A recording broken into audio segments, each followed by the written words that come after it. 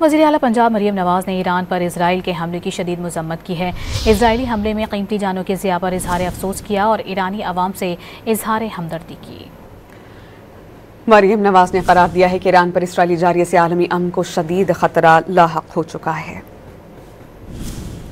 आपको बता रहे हैं वज़ीर आला पंजाब मरियम नवाज़ ने ईरान पर इसराइल के हमले की शदीद अल्फाज में मज़म्मत की है।